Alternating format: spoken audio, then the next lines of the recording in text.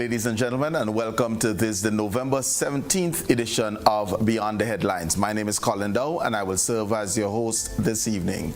As per usual, as I start every Monday evening, thank you so very much for giving up part of your Monday evening to be with us. So whether you're looking at GBN television, listening on GBN radio, logged on to any of our social media platforms, we truly appreciate the fact that you are here with us as we discuss current issues and get to help to inform and elevate discussions as we talk things Grenadian.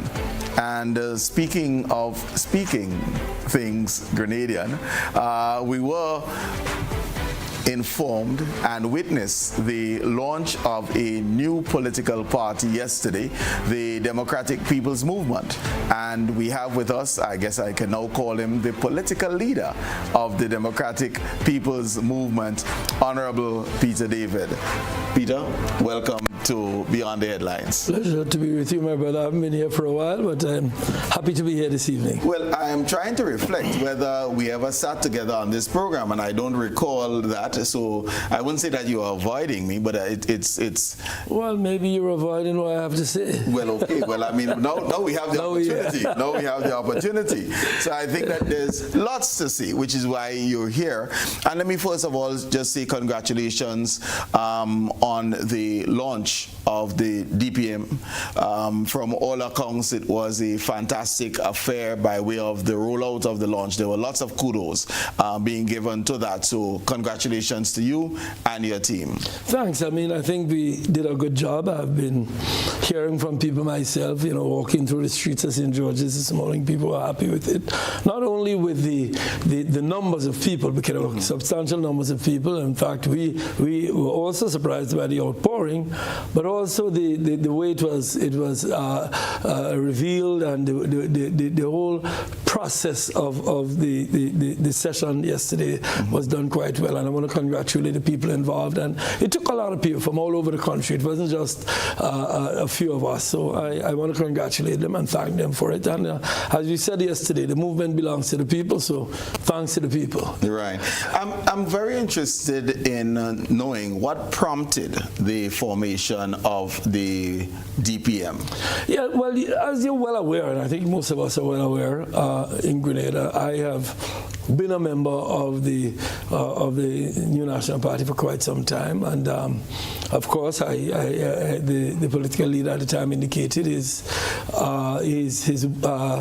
intention to demit the position of political leader, and I did what I had to do to inform the party. I informed the party, I informed the leader himself, and I put up myself for leadership, and I did it in as best a way as I could, a more friendly way. I discussed with everybody, but somewhere along the way, it became clear that the process was not going to be as democratic as we wanted it to be, and there's a whole debate around that. I don't want to go back into all those details, and then I decided, rather than go through what I thought was an unfair process, I was going to leave, and I left. I didn't curse anybody. I didn't argue with anybody. I left quietly, and through that process of both the campaign for political leader of the NNP and the period subsequent to that, it came from my interactions with people, and people were saying, Peter, for years you've been in this thing. You've won the seat of the town of St. George twice with the NNP, twice with the NDC. It means that there is something there, and I decided very quietly to explore the possibility of the formation of an organization. We didn't just jump into it. We didn't just rush to it.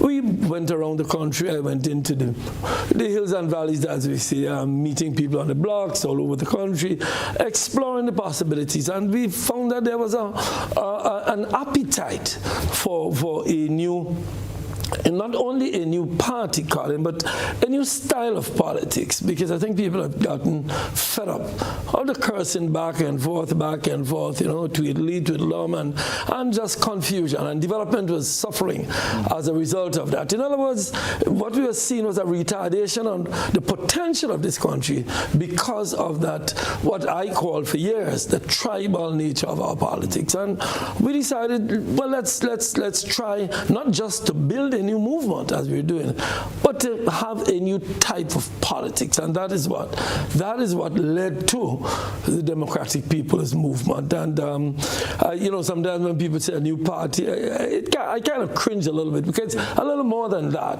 It's an entity that is trying to bring a new way of doing our politics. I think there are a lot of people who assume this is the way it is, but this is not the way it always was, which means there's another way. And I think, with so many bright people in our country, so many talented people like yourself, I am sure if we put our heads together, we can find a way to do the politics without the cursing of each other, the social media bullying and all of that. And I know there'll be people who come after me for it, but that's what people say that's what we used to. Well, there are things we used to that we shouldn't do. I mean, the people in war-torn areas, the people in Gaza have been suffering for years. It doesn't mean that they have to accept it. They have to try to make a change. I believe, quite frankly, that the nature of our politics is retarding our development, retarding business, retarding new development, and therefore we need to find a new way. I don't have all the answers. Don't expect me to have all the answers, but I think if we bring our people together, we can find answers that can help some of the problems that we have in our development. I hear in terms of the nature of politics in Grenada as one of the movements that led to the movement. Who would you say would be the underserved or the unrepresented among us that will be attracted to this movement? I think there are a whole lot of people. I mean, there are a lot of people who stay out, they don't vote. There are thousands of people who don't vote, and they have signaled by their failure to go to the polls. They have signaled that, listen, we are not satisfied with anything out there for us. So that's a huge group of people. Young people feel alienated. I deal with young people every day. In fact, I was shocked yesterday at the quantum of young people down at the Trade Center. It made me smile looking down in the audience and seeing so many young people. They don't feel represented. They don't feel that the politics is doing anything for them. And working people. But you see, the point is that we have gotten so used to that being in politics. I sometimes hear the phrase from people, Peter, to be in politics, you have to be ruthless. I've heard people tell me I'm too much of a nice person to be in politics. What's that message? That you have to be an awful person. You have to be a ruthless person. You have to be a harsh person. You have to be able to curse people and fight people. No. That is what they want us to believe. They want us to believe that so we can remain divided, so that we can remain underdeveloped. And so I think there are a lot of people, some of them who still participate, but they participate, they go to the polls and they say, you know what, I'm going to give my ballot, my X to this on this time. And I'm sure what's going to happen is like rolling the dice. So let me roll the dice. I roll the dice, I don't know what's going to come up. And 5 years after, they go back to the polls saying, you know what, I didn't like that one, so let me go for that one. And then they roll the dice again the next time. And it's as if there is becoming a kind of people are giving up on this belief that we could dream of a better society. I believe, Colin, and I truly believe that, I've been in politics over 50 years, that we can build a better society, but we must do it together. We can't do it with half of the people over there, half of the people over there. We're not building two societies. We're building one society, one beautiful Grenada I think we can build, and we can come together. You know what? I believe if we put everybody in a room to talk about healthcare in Grenada, they will agree on what we need. We need medication, we need nurses, we need better equipment, and we need access in our communities. They would agree. But put them in the political parties, they would argue. Even if they don't need to argue, they would argue with each other, and they would say, if you say X, they would say Y. We need to let the society believe that we can do it together. I see it in the parliament. I see it election cycle after election cycle. You know, one party doesn't like this, so they curse it in this campaign, and when they get into office, they do the same thing, and the other party curses it. I believe that is not good for development. I believe the countries that have developed, places like Singapore, there are examples in the world where they come together based on an agreed development plan. One that we have, but we never rooted it in the people. And once we agree on that plan, we work together. Of course we'll have differences. We have differences with our families, with each other, but we come together and figure it out. I believe, and unfortunately, I believe in that, and some people don't agree, they believe. I've had people that I've sat with in politics, in government, and I said to them, you know, we can really pull this country together. I remember that conversation with an MP once, and the person said to me, no, Peter, this is the way politics has to be. We have to have our side, they have their side, and we fight them until we get office, and then they fight us, and Grenada just stagnates. You speak of a belief in a different type of politics. If we were to focus on the party as now conceptualized and launched, what would you say would be the guiding philosophy? What can we expect from a DPM? We believe that the strength of this country lies not in the power of a few people, as I said yesterday, but in the participation of all. Let me give you an example. I went into a village in the countryside maybe about a month ago. And as we did, you know, we went into villages. We didn't go with a microphone. Sometimes we didn't even announce to people before. We went in, we sat on the blocks, and we started talking to people. That's in the process of feeling out where we are. And I remember one night going to a particular village in the mountain in St. Andrew, and I asked, well, how is it that there's not many people around?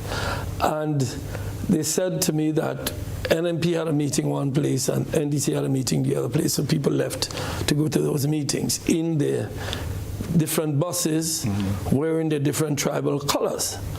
And I asked the question of them, I said, is there a time when these people come together for this community to talk about this community? And the answer was no.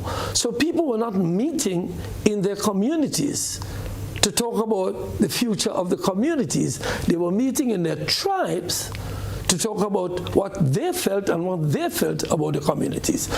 What we need is a participation of all our people in the process of governance. We have even said that we hope that we can have discussions that lead to some formal arrangement at the level of the constituencies, at the level of the communities, to talk about development. So for us, it is unifying our people around a common development agenda.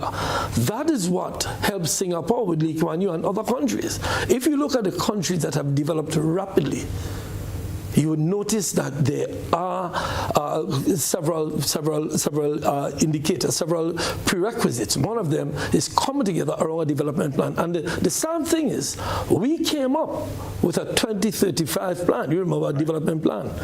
But how many people know about it? Right. How many people have sat in their villages and spoke about, this is what the plan is about? The plan exists, but on a shelf somewhere. But it is not rooted among the people, because the people are not involved in our development. So that is, and we're talking about our people united, not our people in their tribes. So for us, that is and that is not a political issue. That is a development issue, and unless we get that right, we're going to have difficulties. So are we saying that we can see a DPM that will pick up the 2035 developmental plan, for example, and bring it to the villages, and this is the plan, and this is the way we will go about, or we would want to hear from you, how do we go about delivering on the plan? Of course, but we need to look at the plan and see if there are any revisions that we believe needs to be made in consultation with people. And when we say people, people, we mean all the people, the business community, the trade unions, the people in the communities, the entire society. Because, our society, business, for example, is extremely important.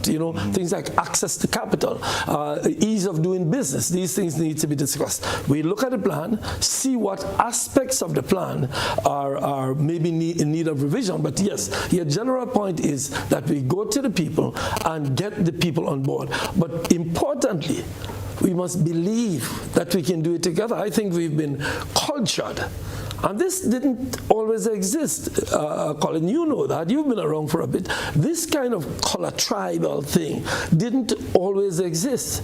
It means it doesn't have to always exist. Right. It means it started somewhere and it can end somewhere. And something new can start. And we are saying that that is what we're offering, an opportunity to do something new by way of our development. I'm hearing a social movement.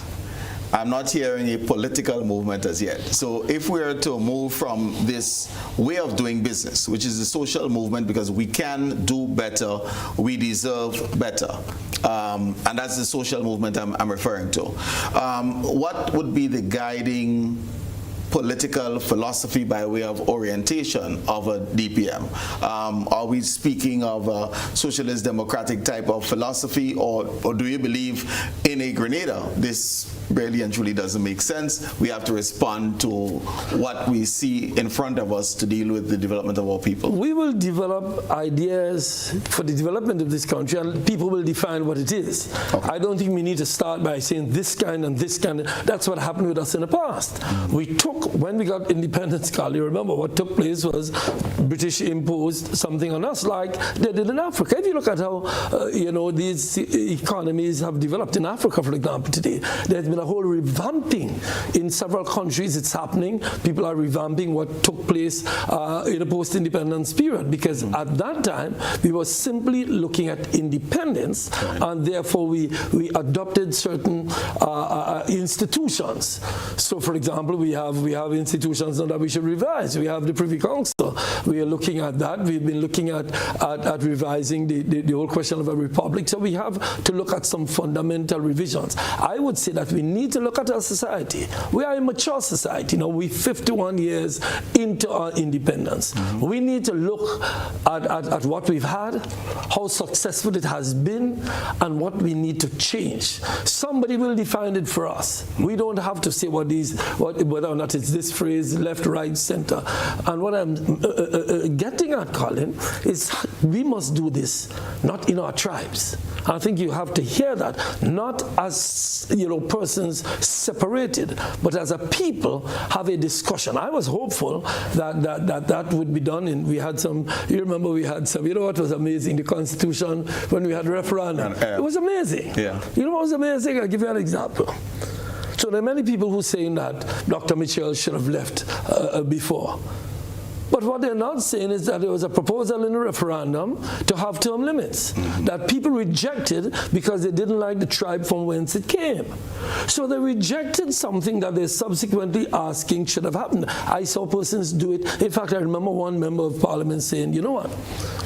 I agree with everything in the referendum, but not under that government. That's not how we do business. If it is something good, it is good. Forget from whence it came. Forget who is doing it. Let's talk about whether or not it's good for the country. And I think that is what is lacking to a large extent. But would you encourage the tribalism by forming a political party as opposed to leading a movement, a social movement towards the development and upliftment of Grenada and Grenadians? Because by forming a party and adopting a color, so we now have, because I think the perception is we have green, we have yellow, now we have orange. So the tribalism continues. And what have we said? That orange defines unity. We want, you see, you can't solve these problems from outside. Correct. I can go and holler across the carnage every day for change. Change must come from within. So unfortunately, we have to accept certain realities. We have to accept that color has become an identifiable thing for political parties, so we have to do it. Because we have to be realistic in how we go forward. We can be idealistic and feel we can just sit on a mountaintop and speak about unity and it would happen. It has to happen from the inside. So you have to get into parliament, you have to get into all of the, including the social networks throughout the country. You have to get into the system in order to change it, and that is why we must form this. And that debate has taken place. People have asked, won't you change as you become a political party? It's possible, but we are resisting that. In other words, we are saying we don't come to ask for the change of a party in governance. We want to not only replace other parties, but we want to change the way we do politics, and that is what defines us, that we're trying to change the way we have been divided over the years into a way that brings us together to achieve the objectives of development. So yes, you're right, we're working in the system. There are risks involved, but we believe if people come together. I saw yesterday, for example, people at the Trade Center who I know are not supportive of the movement, but they came to listen. And maybe when they leave, there are some ideas they can leave with and say, you know what, let's try that. And even go to their own parties and say, well, let's try to work with the movement to get this done. Because we don't have any difficulty with working with anybody who sees the program that we have as a good program. If you listen to me in Parliament, I criticize the government, but I always offer something. I praise the government, and I criticize them when it's necessary. In other words, the nature of our approach is an attempt to bring us together under a common programmatic platform. Let me ask you this. Why Peter David? You know, I asked myself the same question. Why me? Why me, Colin? You think maybe it's destiny, I don't know what it is, but in all seriousness, yes. I do wake up on mornings early sometimes wondering, Lord, Peter, you know, why? Because we're in agreement. The tribalism has to end. There needs to be a focus on Grenada's development and the development of Grenada. That's easy to agree on. Yeah. Why is Peter David the one to lead this? I'll tell you why. You know, funny enough, tonight I was talking to a friend of mine who is a senior politician in the region, and he was saying, you know, Peter, this tribalism thing is not, it's really through the Caribbean and people are getting fed up of it. He said that to me, and we had a discussion about it. If you look at other islands, it's really becoming... I came in from St. Vincent last night. I can imagine. I can imagine. And it's not good for our development. It's not good. You know, I always refer to Africa. When the Europeans colonized Africa in the late 1800s, when they met in the conferences to divide up Africa, they made sure that, if you look at it, Africa didn't always have 55 nations, but they made sure that they put 2 and 3 tribes in every country so that they keep fighting each other while the Europeans dominated. So it was a calculated approach to keep our people and the continent of Africa underdeveloped. So it's not an accident that we are divided like this. I believe, to a large extent, it has been designed. And you go to St. Vincent, you go to St. Lucia, you go to Dominica, you go to all these islands. It is the same problem. That is why I am hopeful. If people are getting tired of it up north, in the other islands, we will find a solution. Because when there's a problem that people are really talking about, we find solutions. But to your question, why me? I have been around for a long time, Colin. I've been around since the 1970s. I mean, I became involved in politics as a student, you know, from back 1970, the Black Power struggle in Trinidad. We had the revolution, the pre-revolution period, the post-revolution. I was in the NDC, NNP, and I've seen, I think, all or nearly all of the recent issues in Grenada. And what I've found is that all along the way, you know, in NDC, when I was in NDC, I met some of the kindest people, some of the most progressive people in NDC, wonderful people. But yet there were some people who were not so kind, not so gentle, not so thing. In NNP, the same thing. I met good people within the NNP. Good people, and I met some people who were not so good. In other words, the parties are not really much different. I mean, I won my seat twice for NNP, twice for NDC. It means that I have some cross-party support, and I think I am well placed. And I am certainly despondent over the fact that we couldn't get these good people together, because that is what I believe is happening. You know, they say, for evil to triumph, it is sufficient that good people say nothing, stay silent. And that is what I found, that in all of these movements, in the New Jewel movement, very good people and some not so good people. In other words, all the parties are simply a reflection of our society. Right. Good people and bad people. And they get into the tribes and believe that they must fight each other. So I believe I am well placed to understand that. In addition to that, I think I have the experience required. I think as foreign minister, as agriculture minister, as tourism minister, as labor minister, in several governments dealing with several people with my experience through the islands, through the world, you know, in negotiating things for the country. I think I have something to offer. And people who believe that I should offer it as leader of this movement. It is not my decision to be leader. People decide if you become a leader. And that is why I'm sitting here, because it is a decision of the people who I work with. Okay, let me ask you this. Upon reflection, would you say that you're 13 years late in making this step? No, if I did it early and it failed, you would have been saying I was 13 years early. Who knows? I believe this is the time. You know, sometimes we try to predict, sometimes we try to look back. I believe that this is the time, because you know what? I have had a wealth of experience. You know, there are some people who said, for example, when you left NDC, I never left NDC, I correct them when I start, and then they say, well, when you were thrown out of NDC, you should have formed a party.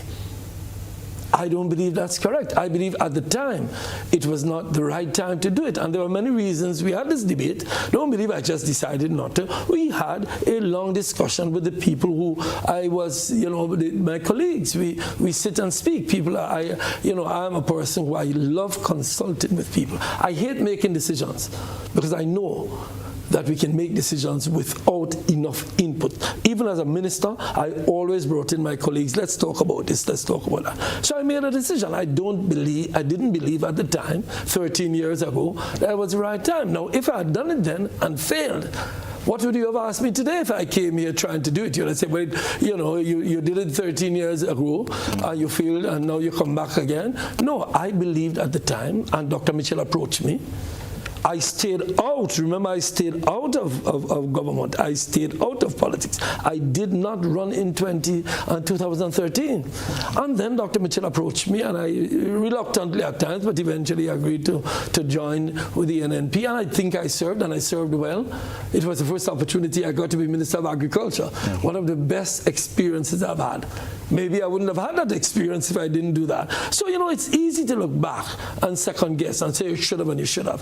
I think at this time, it's the right time. And I have a wealth of experience in working with people in the NNP, in working with people in the NDC.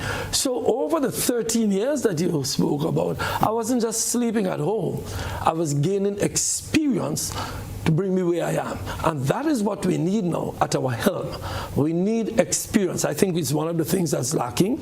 I'm sorry to say this to you, but I think your generation has largely abdicated its responsibility to be more involved in politics. And I say that to my colleagues of your age all the time. I will agree. I say it all the time. I will agree. Maybe it's a post-1983 traumatic syndrome. I will tell you it is a post-1983 traumatic syndrome. Yes. I believe. So your generation didn't participate much in elections, in politics, and you left a vacuum. And I've been saying to your generation, you know, come forward. You guys have a lot to offer. You are some of the best trained people in this country, receive the best education in this country that workers were able to finance. And I say not to try to embarrass you into doing it, but I say to people like yourself, politics is a good vocation. I know the bullying that takes place on social media. I know the things that people say about people, but look at me.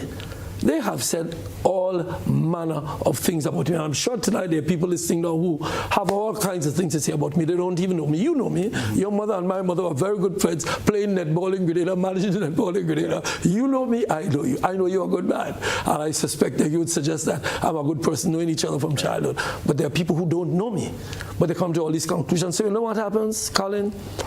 There are good people who should be involved, but they don't get involved because there are bad people outside. They're bullying them and saying all kinds of things about them to cause them to stay away from politics.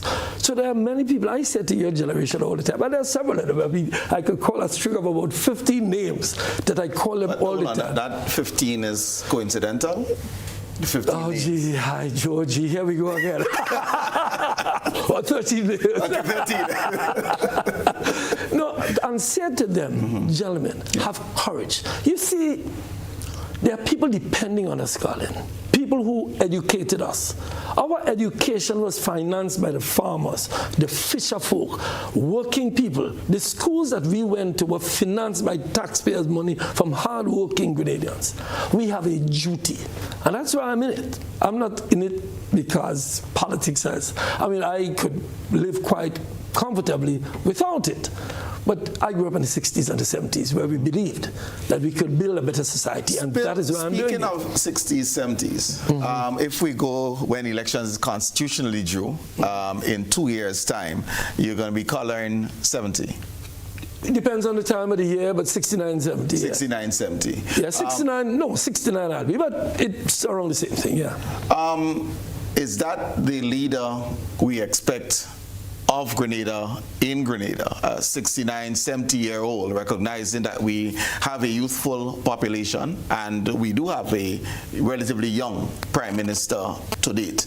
How do you say to the population that, yes, I am going to be 70 plus during my term, but I can serve well, I can be transformational, and I can help to uplift this youthful population?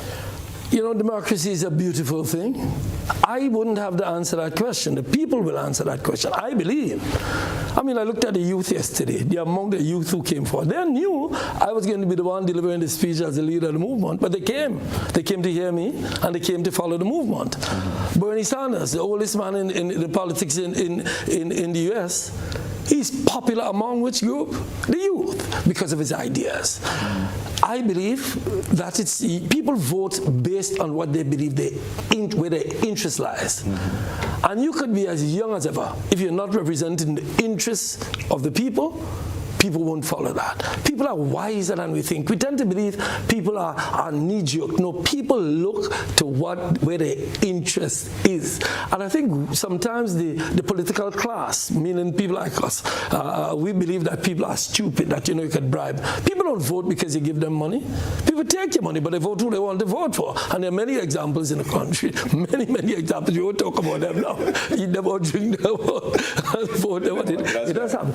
I believe, quite frankly, that my age will have nothing to do with whether or not people vote for me or not. It will have to do with whether or not people believe that if they know me the way they should know me, I'm able to deliver on the promises or on the vision that we've articulated. People are wise enough to know that. So I don't pay any attention to that. Sometimes people get fed up with you when you stay too long.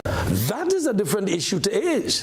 When they fed up with you and they vote against you, as happens sometime in many countries in the region, that has nothing to do with age. It has with how long they believe you should stay. And I know there's an argument for term limits as a result of that. In fact, that was presented in a referendum several years ago. So no, I don't think so. I believe I have good connection with the youth. I believe I have good connection with the farmers. I believe I have good connection with the society. And the good thing for me is I'm not an unknown factor. I'm not an unknown entity. People know me, my good and my bad. They know who I am, and I present myself as a person who believes that we together, not with my leadership. You see, sometimes we give politicians power. What we should give them as a job. but people keep the power. The people have the power. Let's do not underestimate the capacity of the people to know what is in their interest. If at the end of the day they believe age 69 is too much for them, they will let us know, and they'll let us know long before the elections. So that question will be answered eventually by the people. By the people. All right. And speaking to you, the people, it's time for our first commercial break. So we'll take the break and we'll be back with the political leader of DPM.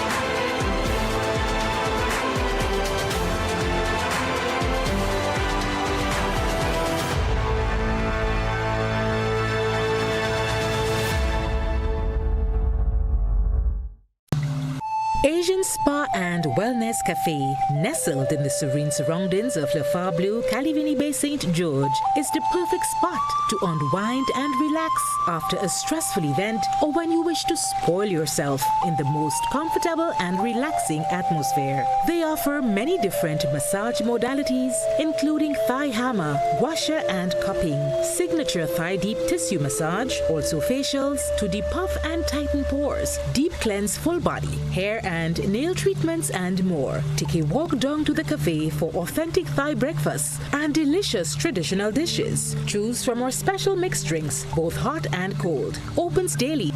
Visit Asian Spa and Wellness Cafe today, Le Bleu, Calivini Bay, St. George, because you will not regret you did. Welcome to Karakou, small in size, rich in spirit. As you step off the boat, you're greeted by smiling faces and warm island vibes. Your adventure begins here. Need a cozy place to stay? The Mermaid Beach Hotel has been a favorite for years. Waterfront views, clean comfort, and located in the town. In Bogles, the Roundhouse Cottages offers rustic charm with a touch of elegance. A peaceful hideaway surrounded by nature. Prefer something private? Dowe Island Villas gives you space, sea breeze, and a home away from home feel. Wake up to the sound of waves and views that stretch for miles. We're ready to welcome you. When are you coming? Are you longing to taste authentic, flavorful dishes from Thailand? Then look no further. Konthai, the newest restaurant located at the back of Galleria Mall top floor, is the place to satisfy your taste buds for Thai dishes that are well seasoned with fresh local spices. They offer a great selection of sumptuous dishes that will tantalize your taste buds. Visit Konthai today because the food is good, the ambiance is great, and the staff friendly. Available on Bites and Yogo Grenada. For more information, call 456-0074 or visit konthaigrenada.com or stop by the new Galleria Mall, Grand Anse, St. George. I'll meet you there.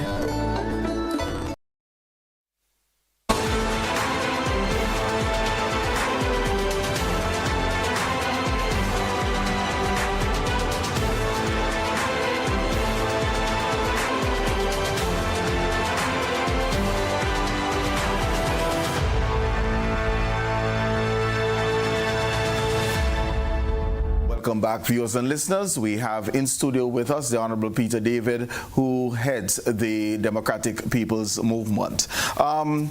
Peter, you've been speaking quite a lot about the people, and if you can just share some of the ideas that your movement has to uplift and empower Grenadians. Let's just hear what your thoughts are. Yeah, we have been going around the country. We have listened, we have had discussions, and of course we cannot say today we can present all the solutions to all the problems. That will come from the people, and that will come after a whole heap of discussions with ourselves and the people. But certainly, the things that are very concerning, for example, young people. Young people are, it's different to the 1960s and 70s when there was not much entrepreneurship around. Young people want to start their own business, either a digital business, you know, with all the technology around, it's much easier to find a business to get involved in. Right. Access to capital is a problem. Access to capital and training for young people is a problem. I think our schools are still not yet oriented toward dealing with that new generation, the generation that wants to be trained. You know, when we were growing up, Colin, you know, you wanted to go to university, you wanted to get a degree in something, whatever it is, you get a degree. Now, many places are moving away from the degrees and doing the skills training. And we have not developed our vocational training. I remember visiting Morocco several years ago and having discussions with them about setting up vocational schools where you can train plumbers, you can train technicians, you can train electricians and all of that. So I think that is something we need to focus on, the training of people for jobs. And we have said that we'll come up with a national human resource reset, meaning we're going to do a survey of all of the workers that we have, their skills, their training, what is their ambitions, and trying to find ways to train them and give them pathways to businesses. It's difficult. I mean, it's easier to go to the bank tomorrow and get a bus from the bank than it is to set up a business. And of course, I know the banks say, even GDB says, that the banks are very risk averse. They believe that it's high risk, so they say, you know what, with a car or bus, we can come and take it back. We can't take back the money that you spend into your business. So, but we have to find ways. Government has to find ways to minimize the risk, knowing that there will be risk, but knowing that if these business persons succeed, then the country succeeds. You know, as I said yesterday, poverty is not only bad for the people who are poor, but it is bad for business. Businesses are not able to sell their stuff, do their stuff, if they're not people with purchasing power. Right. You get people with purchasing power by training people to do businesses, or you train people to become, you know, as I said, technicians, plumbers, but yeah, and that's I want to just zero in, if you have any ideas on this, as we speak of areas of focus which will foster national development. So there's entrepreneurship, but the entrepreneurship, one will think, comes with a plan as to what would be the developmental agenda. Are there some ideas as to the areas that we need to develop skills in terms of building capacity to foster that development for the island? Absolutely. I mean, for example, I remember when these hotels were being built here, Six Senses, Silver Sands, we had to import hundreds of people from St. Lucia and other islands. So we need tilers, for example. Tiling, we need good tilers in Grenada. We need plumbers in Grenada. I remember one weekend I got a call from somebody, Peter, we need 3 plumbers, and I said, good, I'll find jobs for 3 people. There were no 3 plumbers to be found. So there is a shortage of skills, but there's also a shortage, because we're talking about employment, there's also a shortage of training for people to become business persons. There's a shortage of that, and we need to train people to get the books done, to establish businesses. But also, Colin, there's Grenada ranks, I think, 144th in doing business. Getting a business started in Grenada is difficult. There's a whole lot of red tape. There's a whole lot of bureaucracy. We need to streamline these processes. So yes, there are several areas, like I said, plumbing, tiling, even carpentry and things like that, we need to train good people, but we need them not just to become employees, but to become employers by training them to set up these businesses and putting in place the arrangements within our bureaucracy to make the process easier. And so I think that certainly will help us get things. Do you have any thoughts on where, let's say, a TAMCC or a new law or the secondary school system or even the primary school system needs to be positioned in order to achieve this? That's what we need, an integrated approach. We need to decide what are the businesses we want, what is the focus of our development.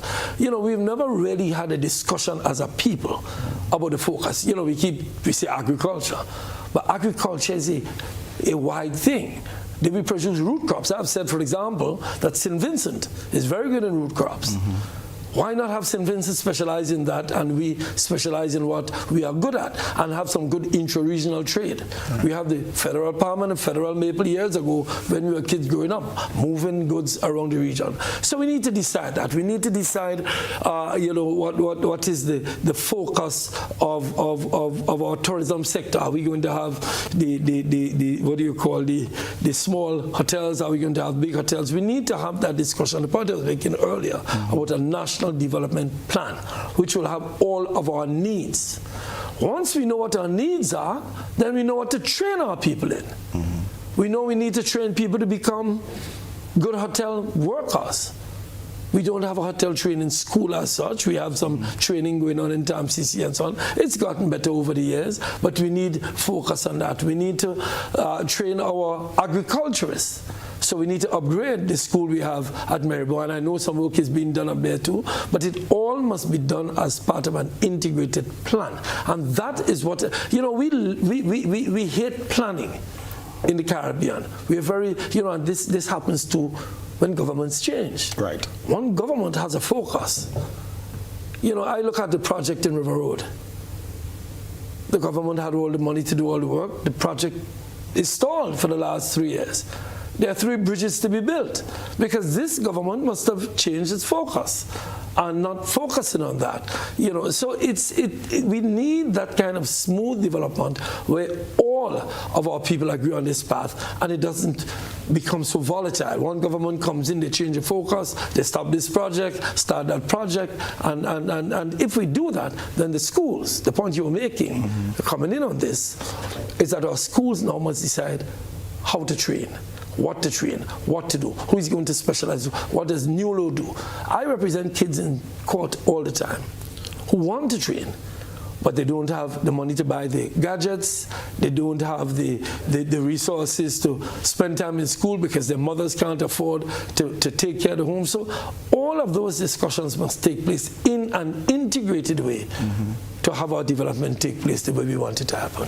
Have you had any conversations? I know around our independence time there's lots of talk of Vision 75. Separated apart from that 2035 developmental plan. What is your knowledge of Vision 75? I've heard it, I've seen the document, but it is not a document that is rooted in the people. These documents remain documents. If you go to any community and ask them, what does Vision 75 mean? They're going to ask if it's a glasses or if it's something. They have no idea. Because again, our politics does not root itself in the people. That is why I said coming in that we must ensure that our people participate in the development, are not just objects or subjects, but they are participants in the process. And I think Vision 75 just comes out of 2035, it's aspects of it, but I don't believe that we as a people have been made aware of what is the focus of this government. Yes, there was a speech. Yes, there was a presentation. But that has been it. Okay. One of the things that we can say is the focus of government is Project Polaris. See, they seem to have hung their hats as this would be a transformational project. What are your thoughts on Project Polaris? Project Polaris, the $250 million hospital. First of all, it's supposed to deal with healthcare. It's supposed to be the magic that solves the healthcare problem. Now, I don't believe a building is our healthcare problem. I think our healthcare problem has to do with access to healthcare, medicines, workers, trained workers, doctors, nurses, and I am a bit at a loss as to how Project Polaris will help us in healthcare. We have a small hospital, relatively small, but it's been there for a long time. We can't manage that. I need to be shown, we as a people need to be shown how we will manage Project Polaris if we can't manage this small hospital. I need to be shown how we are going to finance Project Polaris, because ministers are telling me that they're putting a 1 month's salary, I think it is, every year. If you have to take a minister's salary every year to finance Project Polaris, alarm bells go off in my head. I start saying, well, this project is not properly financed. Why do you need to take a minister's salary? I believe that is what happens when we believe that we can tell the people a big story and you're not showing them how you're solving their small, what you consider to be small problems. We need more clinics in our districts. We need that when somebody in Shantimel gets sick, they have easy access to medical care up there. We need for people who need to take a tablet every day for high blood pressure, they are able to buy tablets so that they take their tablet every day. Too many times I hear people say, you know what, Pedro, I need some assistance to buy some medication. I say, you're taking medication? They say, yes. I say, well, how much tablets are you supposed to take? Well, I'm supposed to take this every day, but you know what, I only take it once every 3 days or when I feel I need it because I can't afford it. We need to make medication accessible, available and accessible. We need to train our nurses and treat our healthcare workers in a way that they stick around and don't jump on a plane and go somewhere else. Those are the things we need to solve. But how do we? Because I think, and you pointed out to it very early, that if we all sit in a room, we all agree on what the problems are. Yeah. How do we address the human resource shortage? How do we address the migration of our skilled workers within the healthcare system? How do we ensure accessibility to services and medication? First of all, by diagnosing the problem. I can't see us diagnosing that problem there and ending up with Project Polaris. Remember, to run a huge hospital takes money. Grenadians do not have the capacity. In fact, if you read my speech yesterday, I said I hope we do not make healthcare such that only the rich lives and the poor die because they can't afford to go into the hospitals that we have. Project Polaris, maybe it's aimed at getting what they call medical tourism. I don't know, but certainly to finance a huge project like that will require Grenadians to pay a substantial amount. We had national health insurance on the table in the last government. That's a classic example. Well, it was close to delivery. And the thing is, and it's not there anymore. It's now 3 administrations and no national health insurance. Because the conversation started under the Tillman Thomas administration, right. Continued through the NNP, right. And now still, over 10 years later, we still do not have the NHI. And you know, the NHI was close to being implemented in the last administration. The guys who were doing it were close to completion. This government came in and they said they will review it. In fact, I heard some comments recently that somehow it will be attached to Project Polaris. I'm not sure, or connected to Project Polaris in terms of its implementation. And the guys who are doing it, Dr. Ned, and so they're now implementing in St. Lucia. St. Lucia has gone a far way, and the same guys who are doing it in Grenada have now implemented it in St. Lucia. It is just that when governments change, focus changes, and we end up in the problems we end up. That is why I make the point again. If we agree that NHI is important, then that should cross governments. In other words, what has started here should go straight in, and we should have it by now. It is one of the ways we would finance healthcare for our people. And that is a major issue. So, are you aware on what was suggested or proposed to finance NHI in itself? Because herein lies the problem. We need to be able to finance healthcare. NHI is the way. How does the National Health Insurance itself get money? Was that something that was tabled? If you say it was close to completion under those discussions took place. In fact, just yesterday I was talking to the gentleman who was involved in it, and there were proposals put to the government about financing it. There was discussions with NIS and linkages. There was a whole lot of debate still taking place, but it got to the point where they were about to resolve it. I'm not sure about the details of the resolution. But it was about to be resolved. I think what happened after the election was a change of focus. And that is why we are here today. So with respect to healthcare, I believe it's a difficult area for people, but I don't think it's difficult to solve the problem. Okay. What would a DPM administration focus on? Because you said not necessarily the big building, but you will admit that we do have some problems with our current building. Absolutely. We do have problems with the management of and I know that there were some conversations about statutorization of the management of the hospital, whether we're talking current or futuristic. Is this a philosophy that you can embrace, recognizing that managerial skills in terms of the administration of a hospital doesn't necessarily lie with doctors and nurses? We need business people to come in. I absolutely agree with that. You know, doctors and nurses may not be the best person to manage a hospital. It has to be managed by people who can manage a business. The hospital is a business. It's a business of delivering health to people, but a business nonetheless. And I agree that management of the hospital is critical. Statutorization is something that needs to be considered and is being considered. I think, it's a matter that the parties will discuss and will agree upon at some point. But I think that the major issues, training for workers, access to medication, purchasing of medication, making it available at the clinics, not only in the hospital, but throughout the country. There's a wonderful building in St. John's that's there. Imagine if you had 4 or 5 of those around the country.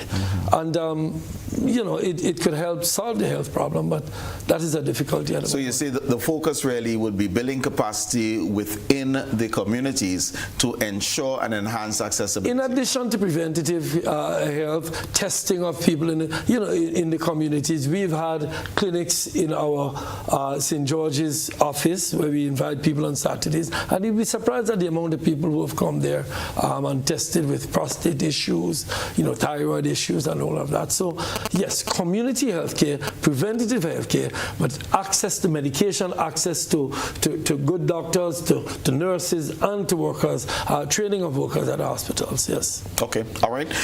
Viewers and listeners, it's time for a second break. After this break, you can have the opportunity to weigh in 440-1252. That's the number, but we'll be back shortly.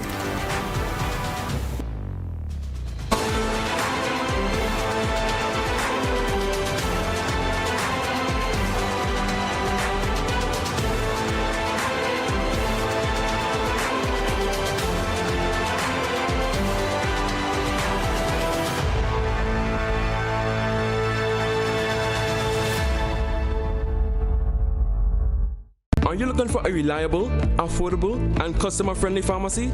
Look no further than Hills and Valley Pharmacy, the nation's leading healthcare products and services provider. We are committed to serving you at convenient locations. Find an extensive and affordable selection of prescription and over-the-counter drugs and medical supplies at Church Street, Hillsborough, Carriacou, Jubilee Street, Grenville, St. Andrew, near the bus terminal, and Halifax and Grenville Street, St. George. Our committed team is always available to offer valuable assistance for managing your health and wellness. Discover the additional benefits of our wholesale distribution on Halifax Street and our Medcare Center on Grenville Street, where we provide in-house physiotherapy, massage therapy, doctor consultations, and eye care services. Our commitment is to satisfy all your healthcare needs, including competitive prices, loyalty rewards, and special discounts for seniors. Contact us at 435-6904 and WhatsApp 535-4734. Choose Hills and Valley Pharmacy. Remember, your health is our business.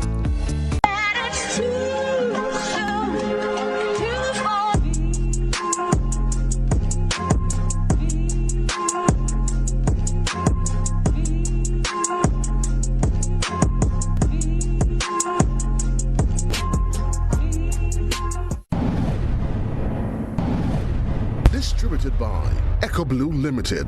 Visit us on the Lansopine Main Road or call 405-4818. At Oasis Pet and Garden, we bring you the best products at the best prices nationwide. Layers and broiler chicks. All animal feeds and supplies available, including supplements, waterers and feeders, and lots more. For the farmers, we have you covered, literally. Greenhouse plastic, premium quality ground cover, hydroponic systems, pesticides and fungicides, rain guns, weed whackers, and more. Visit the Oasis Pet and Garden today. Conveniently located along the Wester Hall Main Road, Wester Hall, St. David's, and Melville Street, St. George's. Now serving you at 2 locations. Visit us today.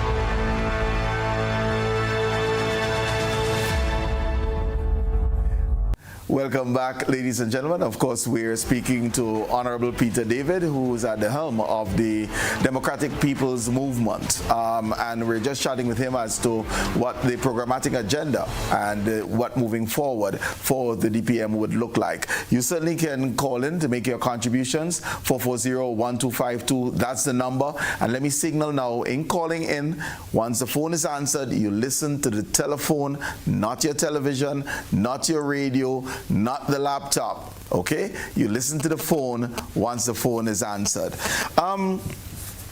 Peter, we left off speaking of on the health sector. Just one other question on the health sector, because Project Polaris must be funded.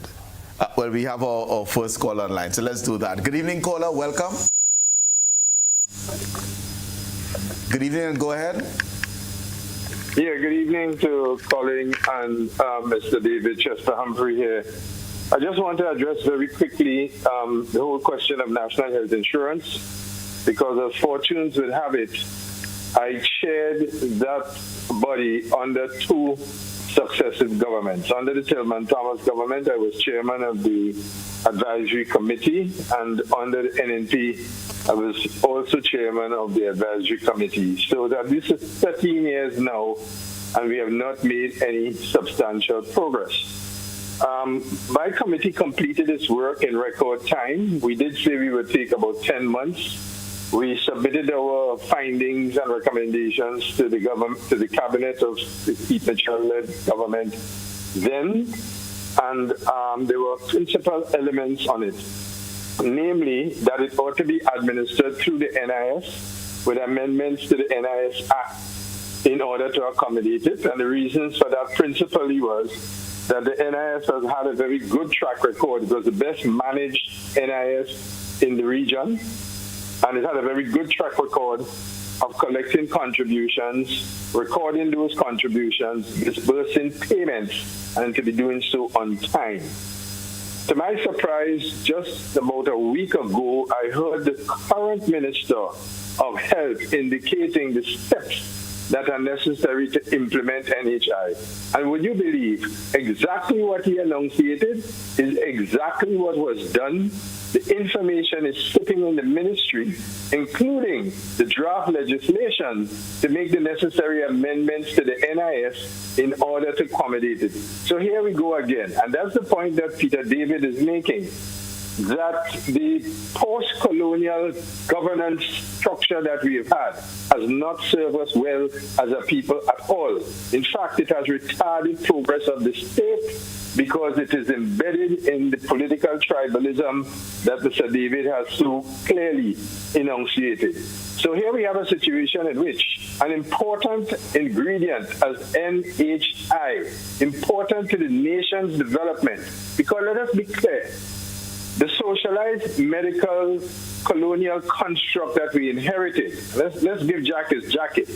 The British left us a legacy of a good socialized approach to the delivery of healthcare. But what has happened is the structure of political governance, the legacy of that is no longer good, fit for business. It is archaic.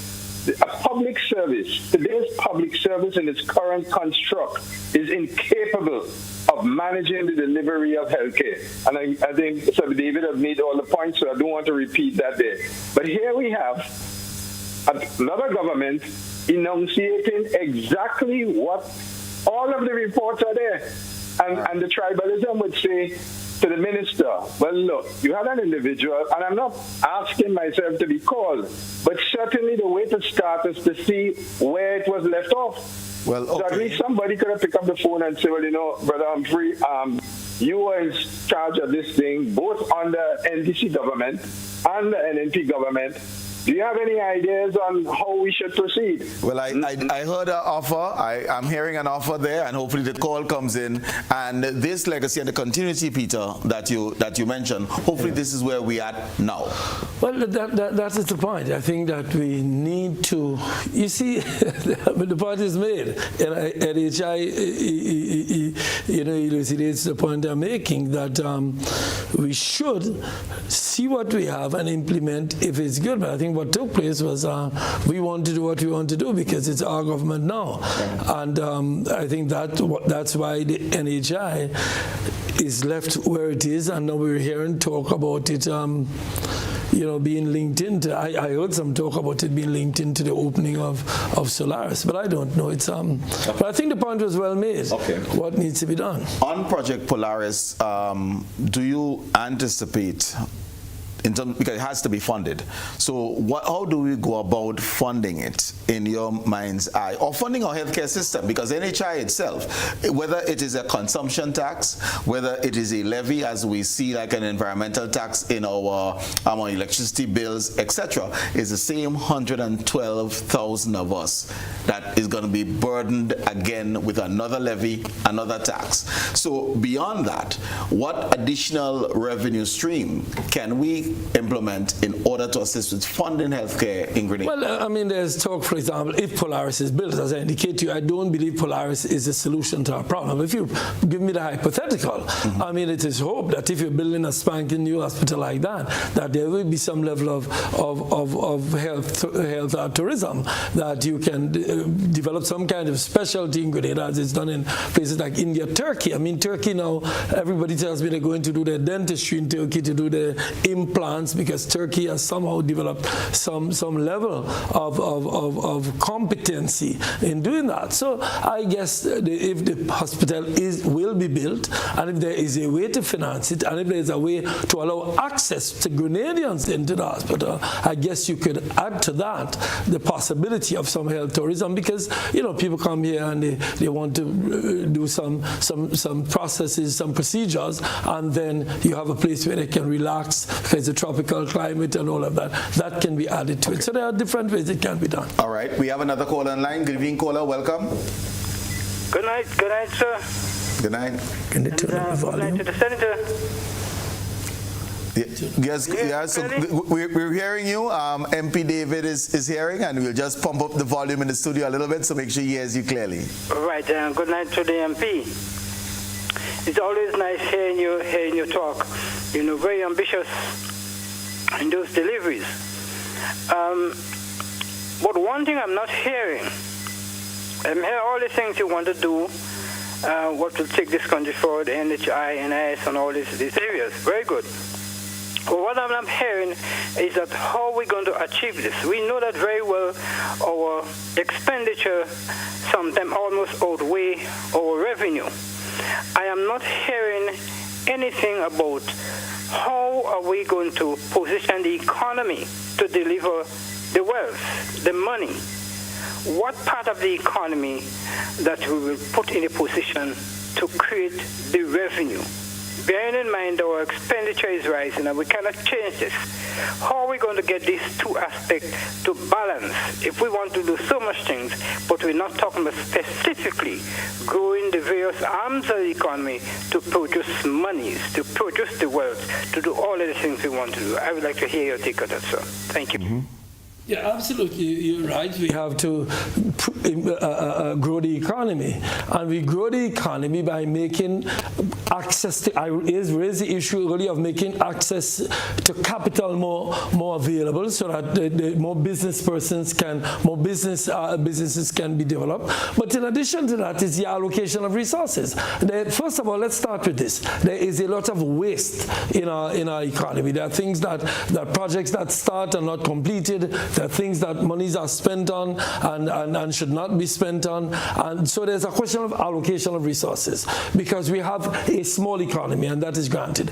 But if we grow the economy, for example, in fisheries, we can add value at the fisheries sector. It was done years ago, and we can continue to develop that so that we package our fishing. If you look at agriculture, the cocoa sector has been developing added value. You look at the chocolate industry, you look at people like Belmont Estate. If you encourage these businesses, if we find ways to to help young people grow new businesses by accessing capital and giving them training through GDB or even through commercial banks. I believe that the commercial banks need to be engaged, is the word I'd use. You can't bring pressure on them. Needs to be engaged, because I know people who want to start projects, but they just cannot get the funding. So we have to overhaul the system in terms of access to capital, but we also have to ensure that our agricultural sector grows.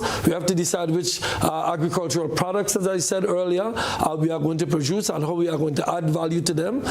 We have to ensure that our fishery sector is one of the largest sectors that we have, how our fishery sector grows. And we have to do that by ensuring that we develop more businesses in the area, not just catch the tuna, ship it out, but catch tuna, process some of it, send some of it out, and that will be done. We can engage in discussions about the details of that. We can't do that tonight, but we have a group within the movement who are discussing a layout of specific projects that we can engage in. I certainly want to hear your thoughts, because I think one of your best moments, and you alluded it to, was when you served as Minister of Agriculture, because it was a learning curve for you. Absolutely. What will agriculture mean under DPM administration? No, our farmers are an amazing group of people. I mean, I think what is lacking is the modernization of the agricultural sector. We need to modernize the sector. We have some challenges. We have the terrain is mountainous, and we have small tracts of land. We don't have the land, you go to a place like Cuba, you see miles and miles of orchids with oranges and corn and etc. So we have to ensure that our agricultural sector, our farmers modernize. We work with places like China to get the appropriate technology to deal with the terrain that we have. If you go to China, you'd see they have the technology with the terracing on the mountainsides and all of that. We need to do that. I think it's the focus. I think what has happened over the years is that we've pivoted to tourism, because agriculture was difficult, and tourism has become the major player.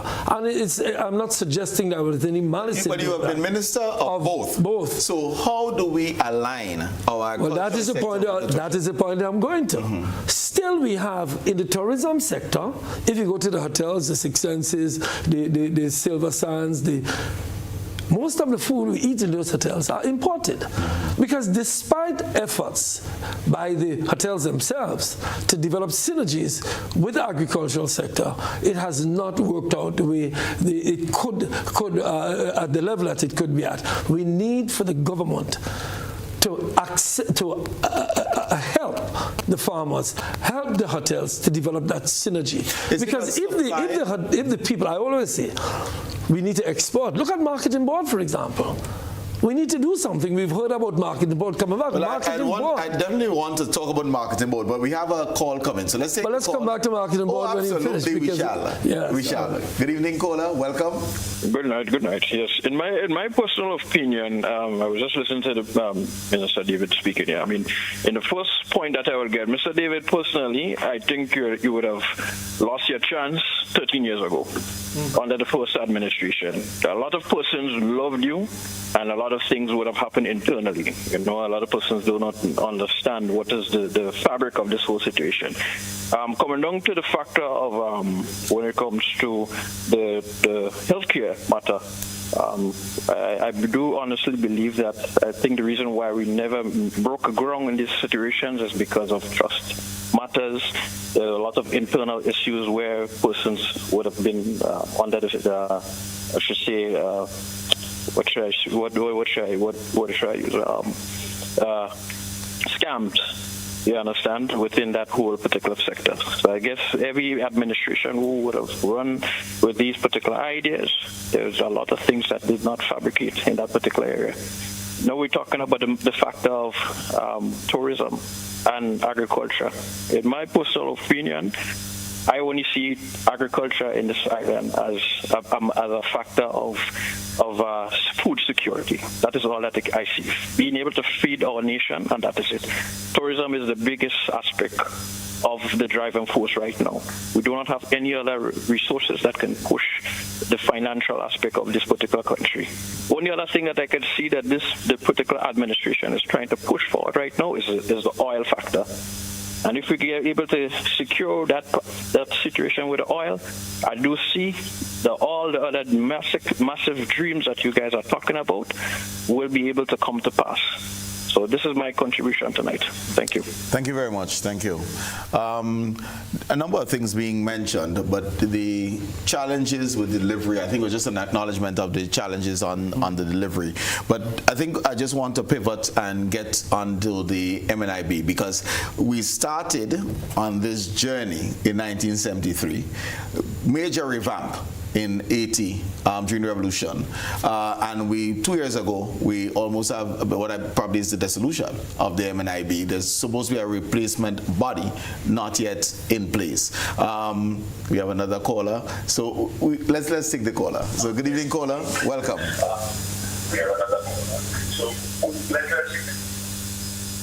Sorry to be back again, but on the marketing board, there was a misconception of the purposefulness and what was the marketing board constructed to do.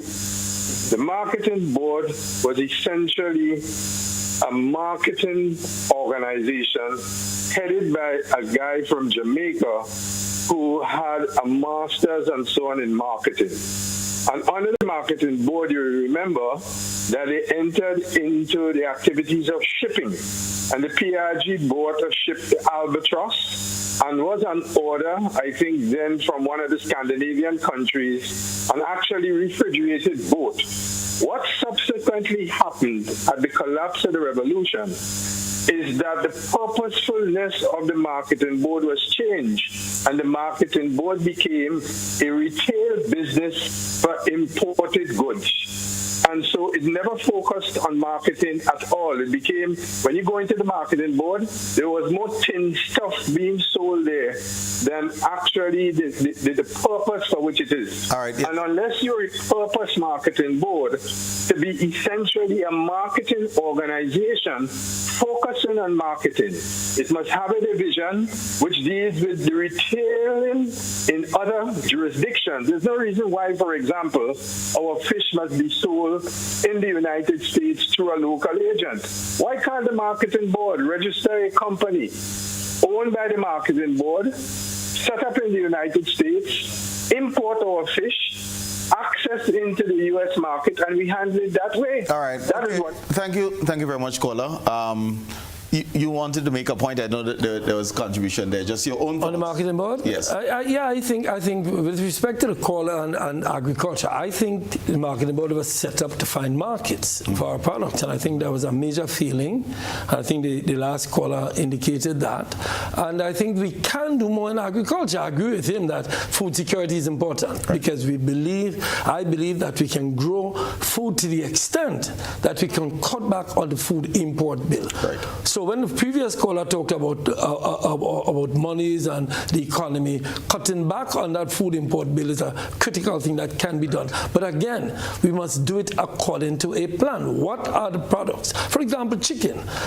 Can we really, local chicken, we've been trying local chicken, but local chicken is quite expensive. Right. How do you get the consumers to buy more local chicken and less imported chicken, when the imported chicken is so much cheaper because of what we have it's one the of feed. inputs. Exactly. So in other words, so there's a whole lot of. But how do we address the cost of inputs, which really is debilitating the inputs, which is really debilitating to our local poultry farmers, and Absolutely. hence, because 80% of chicken that we consume is still imported, probably more than 80% is imported. How do we reduce the cost of inputs so that we can have that conversation took place within the last administration for months. I remember Minister Dowe, he's very passionate about it, trying to get us to to, in a sense, break the monopoly on the inputs that we have coming from the local body.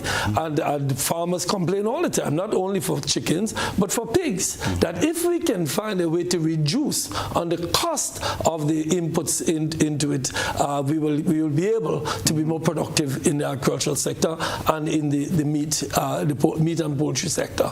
How we do that? It's going to take a negotiation, but a negotiation that has proved difficult because it's going to cost a lot if we just break the contract. So these discussions have to take place. I believe we can do it. With respect to the hotels, I believe that while the gentleman said tourism is our most important sector, I do believe that if we can get the tourist sector or the tourists when they come in to eat local, that would feed into the agricultural sector rather than importing all the products. And one of the issues that the hotels have is consistency of delivery of the items that they require for the tourists. So there's a whole lot of moving parts in it that we need to discuss. The Ministry of Agriculture and the Ministry of Tourism and the Ministry of Finance need to sit and discuss how we maximize the benefits of the tourism industry.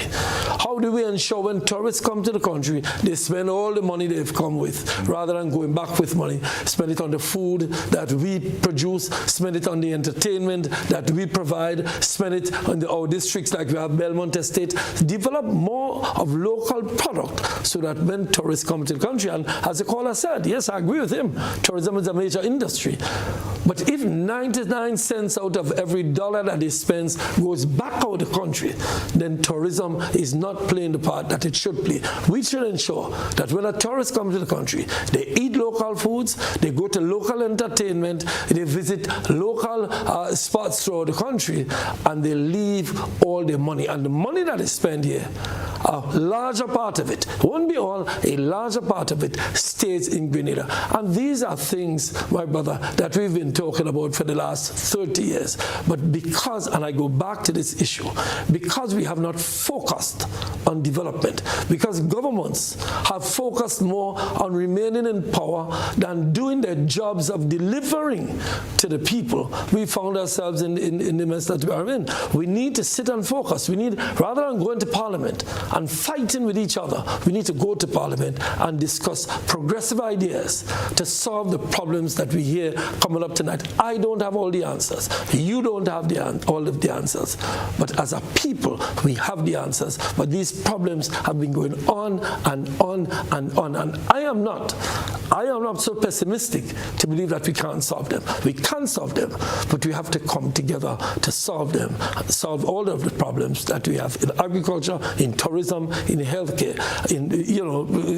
It's not insurmountable. It's difficult to run small economies because of the question of, an issue that we don't address too, Colin, is population size.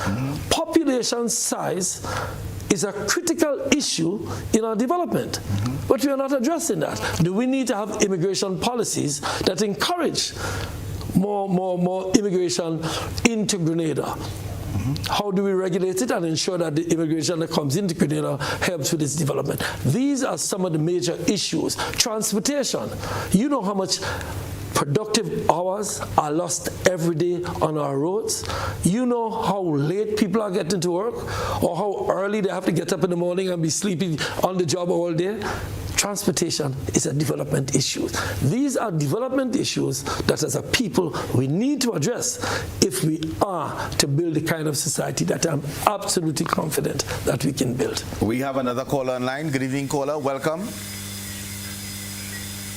Hello, good night. Yes, go ahead. Hello, good night. Good night, sir. Yes, Mr. David, I realize that you've been attacked and so, but I want to encourage you. I want to encourage you to continue with your voice. You represent a lot of Grenadians, including me. And where you say you focusing or they need to focus on as to what the issues are, I encourage you to have the voice for us and speak out. We are supporting you. Thank you so much. Thank you. Thank you very much, caller. You know, I want to respond to that. Yes, my dear brother, they will attack me. In fact, from the moment I entered politics when I came back in 2000, it's been attack and attack and attack. But, you know, I've won and won and won and won. And that is because people know me.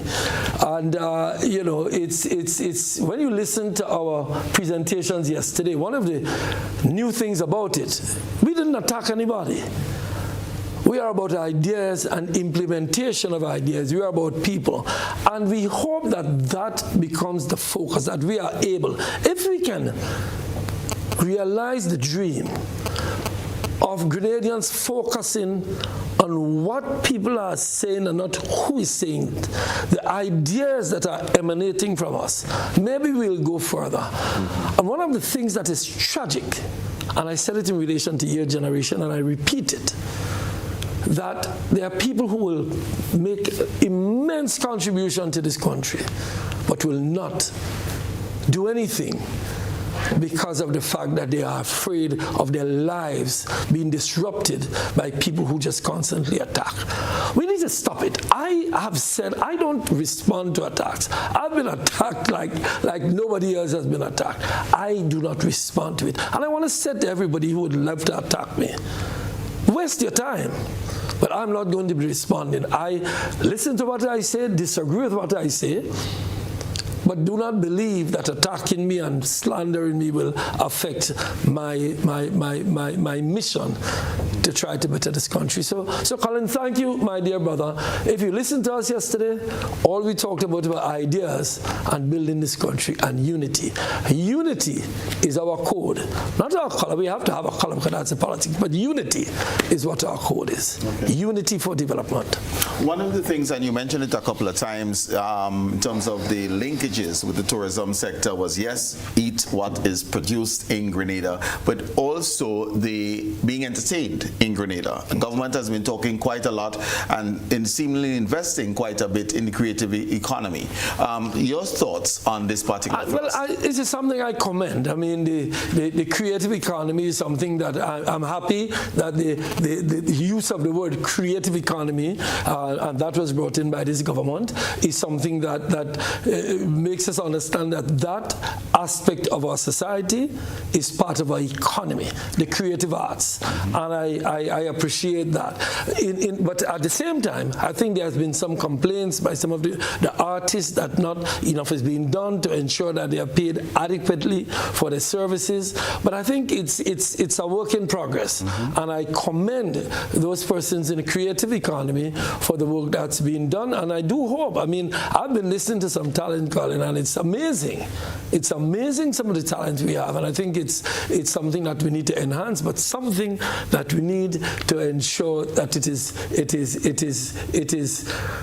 I want to say cost effective, but that the originators of these wonderful art forms that we have benefit from it, and that they can leave some generational wealth for their kids as they move on. And people look at them and say, you know what, I want to be like this guy because he's so successful. I want to be part of this creative economy. Okay. I want to commend them for that. Some thought on CBI. We saw budgeted less revenues, and do you anticipate that this is the trend that we're looking at in the next 4 or 5 years? What are your thoughts on CBI? I think on the CBI, I think there was when this government got into office, it was in the middle of the Ukraine war. Right. The previous government had accepted thousands of applications from Russians who were fleeing or attempting to flee the Ukraine, and that boosted the income from the CBI. That is no longer there because we've stopped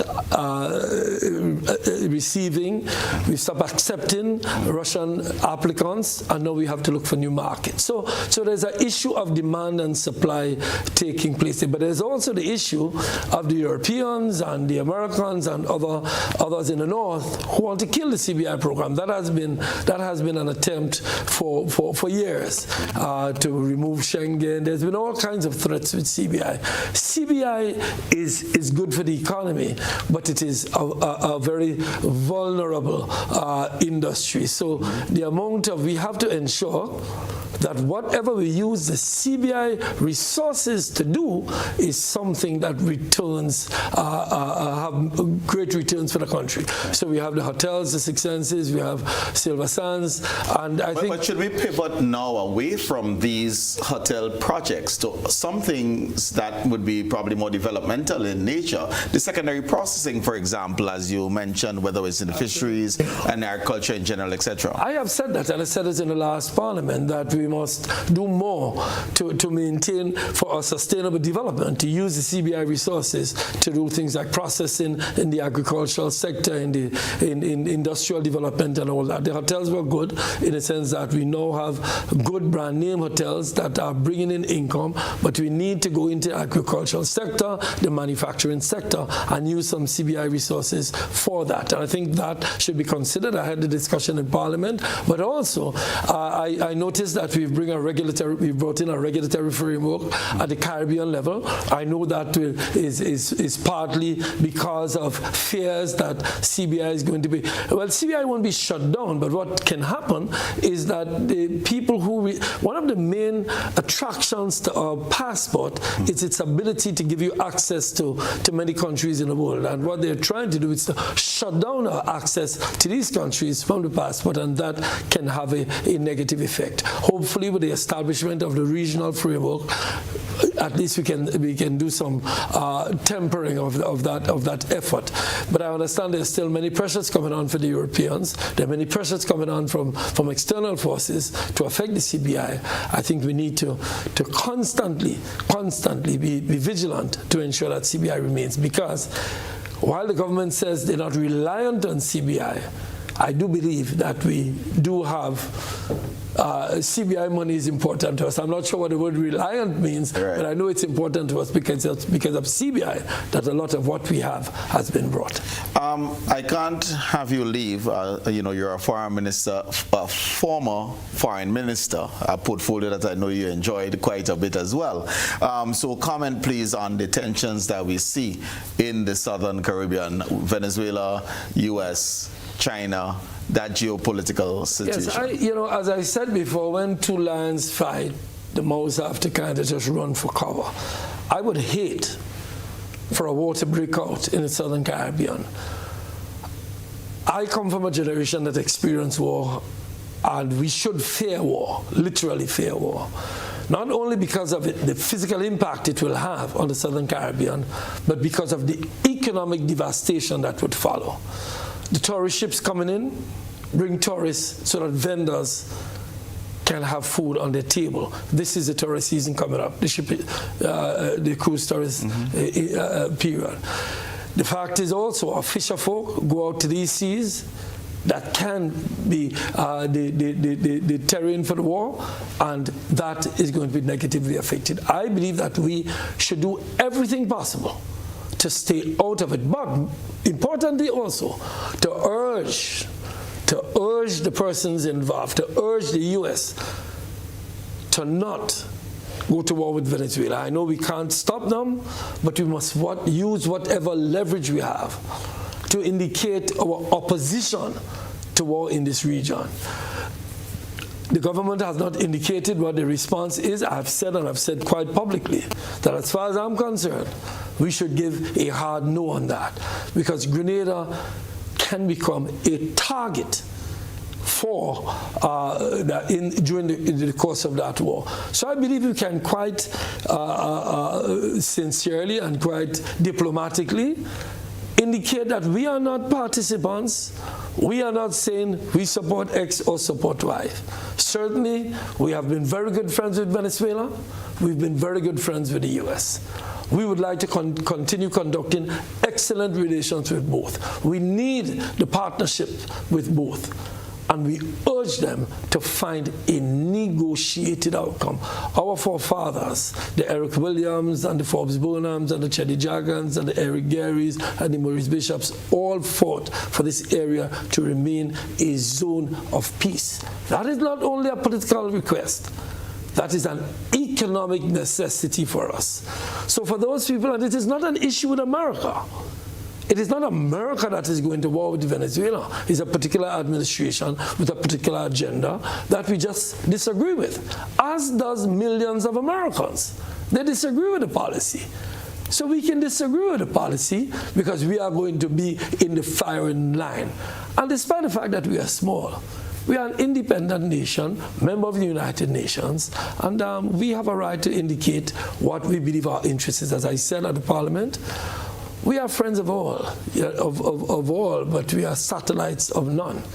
We have an independent foreign policy, and we must maintain that independent foreign policy. We should not be participating in creating a war in the Southern Caribbean. Generations to come will curse us for allowing that to happen. And wars leads to devastation. Look at Gaza.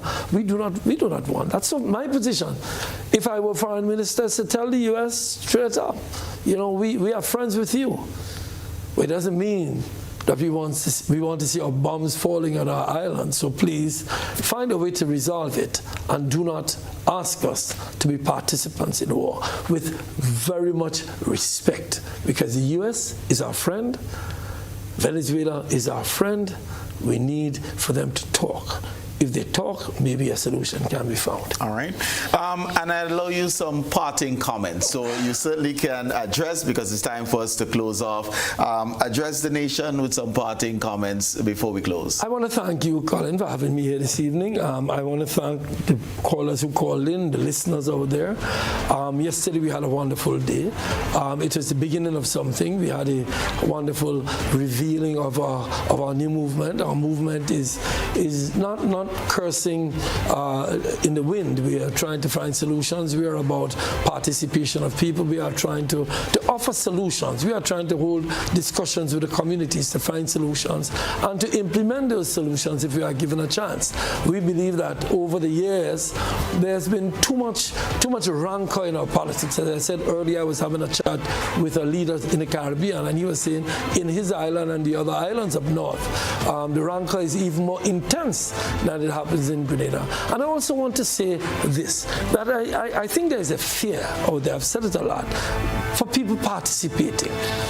We ask and we urge people to come forward and participate, voice their concerns. You don't have to say, I'm a member of this or a member of that, but voice your concerns, be participant. Because when people fear, when good people fear to get involved, that leaves a vacuum. It leaves a vacuum for bad things to happen. So don't just, as I said in the speech, don't just dislike poverty. Do something about it. Don't dislike the problem with youth and you abhor it. Do something about it. We need our people to become active. We need our business community to become involved, our church community to become involved, our sporting community to become involved, our education committee to become involved, trade unions to be involved, as you said, the social issues that you spoke of when you got in. So I am hopeful. You asked me after all these years, I am still hopeful. I am very hopeful. I believe, from what I've been hearing, the people who came out yesterday, the comments I've received today, the phone calls I've received today, I believe the message of unity, the message of working together, the message of development, the message of being each other's keeper, the message of finding collective solutions to this problem, not finding heaven on earth. That is going to be difficult, very difficult. It's going to be impossible. But finding a way to work together. Despite our disagreements. I had people come to the lunch yesterday who we disagree on issues, but they came to hear what we had to say. And they didn't fear being victimized. They came. So I want to say to those who fear being victimized, I want you to show some courage. And I want to say to those who are doing the victimizing, to please stop. Allow people to express themselves, allow people to participate, allow democracy to prevail. Because it's only through that participation, through that democratic process, that we'll build this country. Other than that, we'll be doing the same thing that we're doing for the last 20, 30, 40 years, rather than developing this country. I think it's possible. I am hopeful. And I believe people like yourself come join it, Colin. You're a good guy. You have good ideas. Don't do it in one little zone. Come and do it nationally. But we'll talk about that when the mics are off. Honorable Peter David, thank you so very much for being with us this evening. And to you, ladies and gentlemen, for sharing your Monday evening with us. It was an enlightening conversation as we heard about the democratic movement that is taking place, being led by Peter David. And thank you again for giving up of that Monday evening, being with us, and we look forward to being with you again in the next 6 days, 22 and a half hours. Take good care. Godspeed. See you next week. Bro?